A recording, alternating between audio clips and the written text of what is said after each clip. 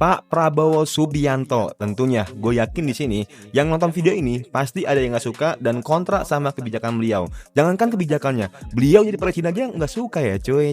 Dan di sini gue mau ngasih tahu kalau misalnya ada alasan-alasan kenapa gue bisa bilang judul ini itu Pak Prabowo itu udah auto menang di tahun 2029. Hello guys, welcome in Bang Ari Jonong. Jadi kali ini aku mau sharing kalian. Ingat guys ya, ini menurut asumsi gue, menurut keyakinan gue sendiri, menurut opini gue sendiri. Kalau misalnya gue yakin di 2029 ini Pak Prabowo udah auto menang.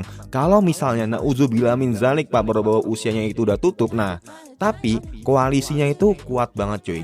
Dan ini alasannya. Yang pertama tentunya program seperti MBG kalau misalnya sukses dari sekarang, wah itu udah auto sih. Karena apa? Karena biasanya setiap pemerintahan atau setiap presiden berbeda, ini pasti program utamanya berbeda. Contoh, Pak Prabowo itu kan MBG ya. Nah, kalau misalnya hal yang lain, contoh misalnya ke Pak Ganjar atau nggak Pak Anies sebagai lawannya di Pilpres kemarin, apakah MBG ini akan tetap berjalan?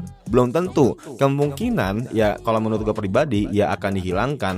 Dan disinilah bakal banyak yang menghilangkan lapangan pekerjaan yang dimana ada yang jadi staff, ada yang jadi cooking, ada yang jadi chef segala macamnya di MBG, manajer dan lain-lain. Tentunya hal ini kalau misalnya MBG tiba-tiba dihilangin, pastinya banyak pekerjaan yang akan musnah dan juga menghilang. Dan tentu aja di tahun ke depan itu mungkin kayak AI segala macam itu udah bakal bertambah pekerjaan. Tapi kalau misalnya MBG ini dihilangkan, programnya udah pasti auto hilang.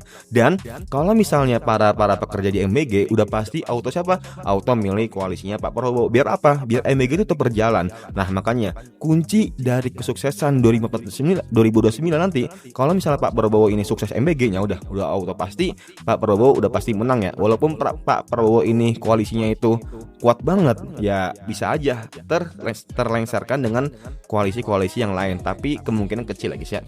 Yang kedua tentunya isu krisis di tahun 2030.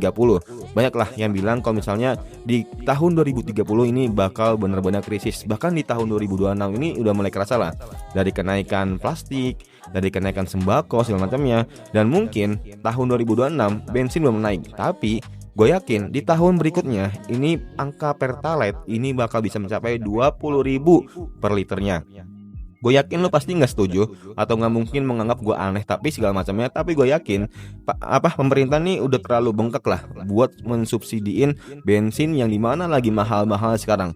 Lo bisa lihat lah di negara-negara sebelah Malaysia, Thailand, Vietnam, mereka udah menaikkan hampir sekitar kurang lebih 50-70%. Indonesia masih stabil. Nah kira-kira sampai kapan sih pemerintah ini bakal kuat banget untuk menahan subsidinya? Biar apa? Biar rakyat nggak demo, biar rakyat nggak ngeluh segala macamnya. Dan ini berat banget buat pemerintah.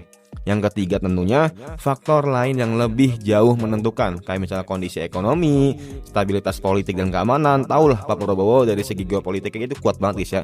Punya relasi ke Putin, punya relasi ke siapa tuh Presiden Amerika, gue lupa, Trump segala macamnya. Nah pastinya kalau misalnya Pak Prabowo itu tiba-tiba digantikan dengan yang lain, pasti vibes-nya tuh beda guys ya. Dari relasinya, dari ya pokoknya silaturahminya itu bakal beda lah. Walaupun ya pastinya punya hubungan yang baik antara kedua belah pihak. Yang keempat tentunya dinamika pemilihan Indonesia. Nah inilah kuncinya. Karena apa? Karena pemilihan di Indonesia ini bisa dibilang turun naik yang lumayan drastis.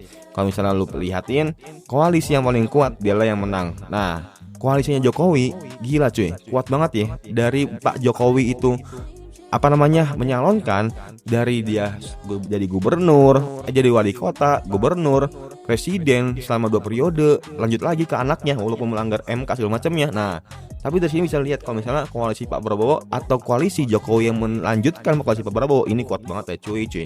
Nah menurut kalian gimana? Kira-kira Pak Prabowo cocok atau layak nggak jadi presiden di tahun 2029? Dan kalau misalnya cocok atau enggak, coba MBG kira-kira menurut kalian dihapus atau enggak? Coba tulis aja di kolom komentar. Semoga bermanfaat and see you next time. Bye.